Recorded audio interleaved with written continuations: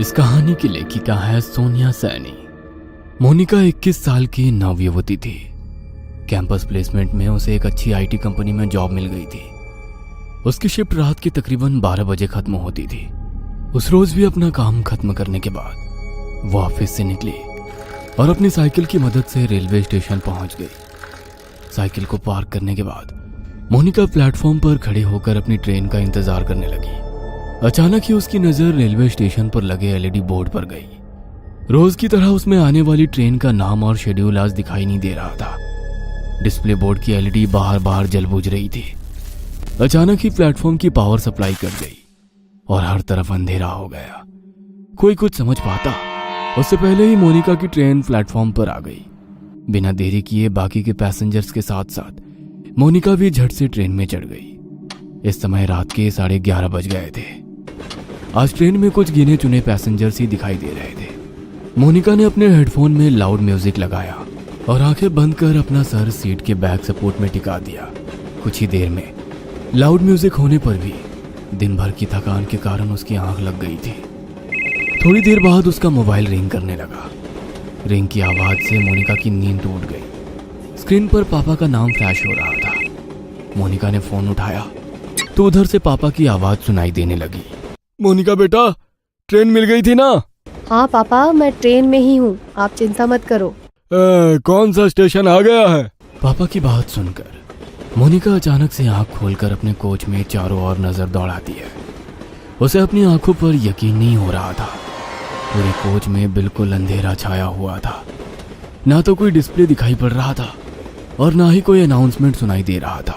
पापा, I think कुछ problem है। यहाँ ट्रेन में कुछ है ही नहीं। सारी लाइट्स ऑफ है और कोई अनाउंसमेंट भी नहीं हो रही है। बेटा, आसपास किसी पैसेंजर से पूछना क्या बात है। पापा, पूरा कोच खाली पड़ा हुआ है। मैं अकेली हूँ यहाँ। ये क्या बोल रही है बेटा? मुझे डर लग रहा है। देख, ट्रेन जैसे ही अगले स्टेशन पर रुकेगी तू वहाँ पर उतर जाना, मैं तुम्हें लेने आ जाऊंगा। ठीक है पापा। मोनिका अब ट्रेन के अगले स्टेशन पर रुकने का इंतजार कर रही थी। आमतौर पर यह ट्रेन हर 10 या 12 मिनट में अगले स्टेशन के लिए रुकती थी, लेकिन आज पूरे 20 मिनट हो चुके थे, लेकिन ट्रेन रुकने का नाम ही नहीं ले रही थी। मोनिका को घबराहट हो रही थी। उसे कोई आइडिया नहीं था वह अभी कहाँ पर है। ड्राइवर के कैबिन में जाकर उससे कांटेक्ट करती हूँ, शायद कुछ हेल्प कर सके। ऐसा सोचकर मोनिका अपनी मोबाइल की टॉर्च ऑन करके इंजन रूम तक पहुंच जाती है। वहां जाकर वो ड्राइवर के केबिन को लगातार खटखटाती रहती है, लेकिन अंदर से कोई जवाब नहीं मिलता। डर से मोनिका की सांसें उखड़ रही थी। अपनी उखड़ती सांसों को शांत करके वह वापस अपनी सीट पर आकर बैठ जाती है। अब उसे बस ट्रेन के रुकने का इंतजार था ताकि वो नीचे उतरकर मदद मांग सके और अपने पापा को वहां बुला सके।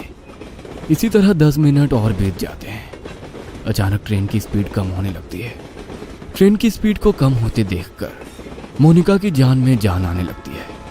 कुछ ही मिनटों में ट्रेन किसी स्टेशन पर आकर रुक जाती है। बाहर घना अंधेरा छाया था। स्टेशन पर कहीं भी उजाला नहीं दिख रहा था। मोनिका ने खिड़की से झांककर बाहर देखा तो प्लेटफॉर्म पर एक भी इंसान नहीं था। अब तो मोनिका को और भी डर लगने लगा था। उसने जल्दी से अपना मोबाइल निकाला और फिर से पापा को फोन मिला दिया। पापा, ट्रेन किसी स्टेशन पर रुकी है, लेकिन ये कौन सा स्टेशन है कुछ समझ नहीं आ रहा। बाहर सिर्फ अंधेरा ही अंधेरा दिखाई दे रहा है। प्लेटफॉर्म पर भी कोई आदमी नहीं दिख रहा है। मैं क्या करूं? बेटा, एक बार मैप में अपनी लाइव लोकेशन चेक करो, तुम्हें पता चल जाएगा कि अभी तुम्हारी ट्रेन कहां पर है। मोनिका अपनी लोकेशन चेक करती है तो पता चलता है कि वो किसी अनजान जगह पर है जिसे जीपीएस भी ट्रैक नहीं कर पा रहा था। मोनिका फिर अपने पापा को फोन लगाती है। पापा, ये सब क्या हो रहा है मेरे साथ? इस जगह को जीपीएस भी ट्रैक नहीं कर पा रहा है। मैं कहाँ जाऊं? आप आ जाओ पापा, मुझे बहुत डर लग रहा है। अचानक सिग्नल कटने के कारण कॉल डिस्कनेक्ट हो जाता है। मोनिका स्टेशन पर घूमकर बाहर निकलने का रास्ता ढूंढने लगती है। तभी उसे वहां पर एक बड़ा सा बोर्ड लगा हुआ दिखाई देता है। इस पर जरूर स्टेशन का नाम लिखा होगा। टॉर्च जलाकर देखती हूँ। जैसे ही वो टॉर्च की रोशनी में बोर्ड की ओर देखती है, उसके शरीर में कपकपी सी होने लगती है। वह बोर्ड पूरी तरह से खून से लथपथ था और उस पर से अभी भी खून की बूंदें टपक रही थी। मोनिका घबराकर वहां से भागकर वापस अपनी ट्रेन की ओर आने लगती है कि तभी उसका फोन बजने लगता है। डरो नहीं बेटा, हिम्मत से काम लो। तुम्हारी ट्रेन जिस ट्रैक से आई है उसी ट्रैक पर वापस चलो। देखो आसपास कुछ तो होगा, कोई चर्च, कोई बिल्डिंग, कुछ न कुछ जरूर होगा। तुम कोशिश करो, जैसे ही तुम्हें कुछ भी दिखाई दे तुरंत मुझे बताना।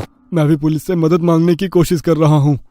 आंसू पोंछकर मोनिका पापा के कहे अनुसार अपोजिट डायरेक्शन में भागने लगती है। ट्रैक पर हर तरफ अंधेरा ही अंधेरा छाया हुआ था। भागते हुए मोनिका को अपने पीछे कई सारे कदमों की आवाजें सुनाई दे रही थी। ऐसा लग रहा था कई सारे लोग उसके पीछे पीछे दौड़ रहे हो। मोनिका घबराकर अपने पीछे की ओर देखती है, लेकिन पीछे सन्नाटे के सिवा कुछ भी नहीं था। मोनिका पूरी ताकत लगाकर दौड़ती ही जा रही थी। अचानक ही उसके कानों में किसी की आवाज सुनाई देती है। ऐसा लग रहा था कोई गुस्से में उसका नाम पुकार रहा हो। मोनिका अब इतना ज्यादा डर चुकी थी कि उसके अंदर पीछे मुड़ने की हिम्मत भी नहीं बची थी। हाथ में मोबाइल पकड़े वह फ्लैश लाइट की रोशनी में दौड़ती चली जा रही थी। अचानक ही उसके दौड़ते कदम ठिठक कर रह गए। उसने देखा कि सामने पोल पर एक औरत उल्टी लटकी हुई थी। उसके बाल हवा में लहरा रहे थे और वो खतरनाक चेहरे के साथ जोर जोर से हंस रही थी। मोनिका का हलक डर से सूख रहा था। अब उसमें और आगे जाने की हिम्मत नहीं बाकी थी, इसलिए वो वापस स्टेशन की तरफ जाने के लिए मुड़ जाती है।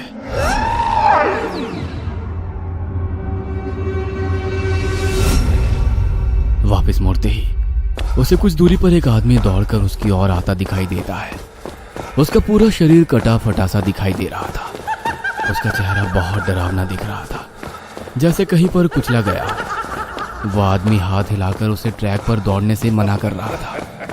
मोनिका को अब समझ नहीं आ रहा था कि वो कहाँ जाए। घबराकर वो फिर से पोल की तरफ देखती है, जहां अभी कुछ मिनटों पहले एक औरत उल्टी लटकी हुई थी। वो पोल अब बिल्कुल खाली था। आगे का रास्ता भी बिल्कुल खाली दिखाई दे रहा था, इसलिए उस आदमी से बचने के लिए मोनिका फिर से ट्रैक पर दौड़ने लगती है। कुछ दूर दौड़ने के बाद उसे ट्रैक के पास एक गाड़ी खड़ी दिखाई देती है।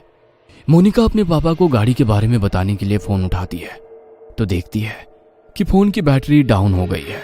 इस गाड़ी के हेडलाइट्स ऑन है, मतलब गाड़ी में जरूर कोई है। क्या करूं? मदद मांग लूं या ऐसे ही भूतिया स्टेशन पर अपनी मौत का इंतजार करती रहूं? मोनिका कुछ देर सोचती है और उसके बाद हाथ हिलाते हुए गाड़ी के सामने जाकर खड़ी हो जाती है। मोनिका को ऐसी हालत में देखकर गाड़ी के अंदर से एक आदमी बाहर आता है। क्या बात है, इतनी रात को आप ऐसे ट्रैक पर क्या कर रही हैं? सब ठीक तो है ना? मोनिका बुरी तरह हाँफ रही थी। ऐसा लग रहा था वह किसी भी पल बेहोश होकर गिर पड़ेगी। मोनिका की ऐसी हालत देखकर वह आदमी उसे गाड़ी के अंदर बैठा लेता है। अच्छा, आप आराम से अंदर बैठकर बताइए क्या बात है। पता नहीं क्या हो रहा है मेरे साथ। मैं न जाने कैसे इस जगह पर आ गई। अब मैं लाख कोशिशों के बाद भी यहाँ से निकल नहीं पा रही। आप बता सकते हैं ये कौन सी जगह है? मोनिका अपनी ही धुन में बोलती चली जा रही थी।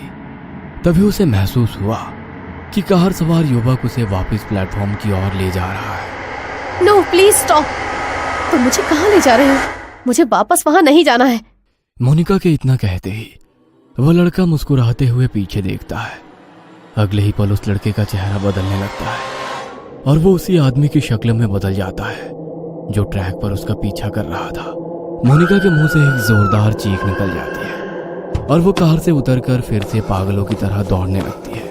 उसे अपने पीछे उस आदमी के कदमों की आवाज साफ सुनाई पड़ रही थी। दौड़ते हुए वो वापस अपनी ट्रेन के सामने आ जाती है। कोई और रास्ता ना सूझने पर वो छिपने के लिए वापस ट्रेन में चढ़ जाती है और एक सीट के नीचे छिपकर बैठ जाती है। मोनिका का पूरा शरीर पसीने से लथपथ हो गया था। वह अभी तक डर से कांप रही थी। डर उसके दिमाग में इस कदर बैठ गया था कि अगले ही पल वो डर से बेहोश हो गई थी। कुछ ही पलों में ट्रेन चल पड़ती है और उस स्टेशन को पीछे छोड़कर आगे बढ़ जाती है। कुछ देर बाद मोनिका को होश आता है तो वो खुद को स्टेशन के इमरजेंसी रूम में पाती है। अब आप कैसा फील कर रही हैं मैम? आप अपनी सीट पर बेहोश हो गई थी। ट्रेन के स्टाफ मेंबर आपको यहाँ लेकर आ गए। आप अपने घर पर किसी को इन्फॉर्म कर दीजिए। मोनिका हैरानी से चारों ओर देख रही थी। उसे अभी तक यकीन नहीं हो रहा था कि वो उस स्टेशन से वापस आ गई है। प्लीज मेरे पापा को बुलवा दीजिए। मैम, आपके फोन की बैटरी लो हो गई थी, मैंने चार्ज कर दिया है, ये लीजिए। मोनिका अपना फोन निकालकर पापा को फोन लगाती है। हेलो, कहाँ थी तू बेटा? मैं कितना परेशान था। 3 घंटे हो गए, अभी तक घर नहीं लौटी। पापा, आप तो जानते हैं ना, मैंने आपको फोन किया तो था। बेटा क्या बोल रही है, तू है कहाँ? मोनिका पापा को अपनी लोकेशन भेज देती है। कुछ ही देर में मोनिका के पापा आकर उसे अपनी कार से घर ले जाने लगते हैं। रास्ते में मोनिका अपना फोन निकालकर कॉल हिस्ट्री चेक करती है। उसने पिछले 3 घंटे में लगभग 10 बार पापा का नंबर डायल किया हुआ था, लेकिन एक भी बार उस पर बात नहीं हुई थी। मैंने तो हर बार पापा से बात की थी, लेकिन फोन में तो बस डायल नंबर ही दिख रहा है।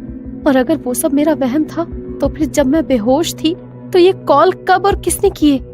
मोनिका के जहन में बहुत से सवाल थे, जिनका जवाब फिलहाल बस यही था कि इतना सब कुछ एक रात में देख लेने के बाद भी वो जिंदा अपने घर लौट रही थी। मोनिका पिछली रात की घटना को एक बुरा सपना समझकर भूल जाना चाहती थी कि तभी उसकी नजर अपनी गाड़ी के साइड मिरर पर पड़ती है। वो देखती है कि वही कटे पिटे चेहरे वाला डरावना आदमी उसकी गाड़ी के ठीक पीछे पीछे चला आ रहा है। ये कहानी आपको अच्छी लगी हो तो हमें सब्सक्राइब करें, हमारा इंस्टाग्राम और फेसबुक पेज जरूर फॉलो करें। अगर आपके पास ऐसी ही कोई कहानी हो तो हमें कमेंट बॉक्स में भेजें। हम कोशिश करेंगे कि अगली एनिमेटेड स्टोरी आपकी होगी।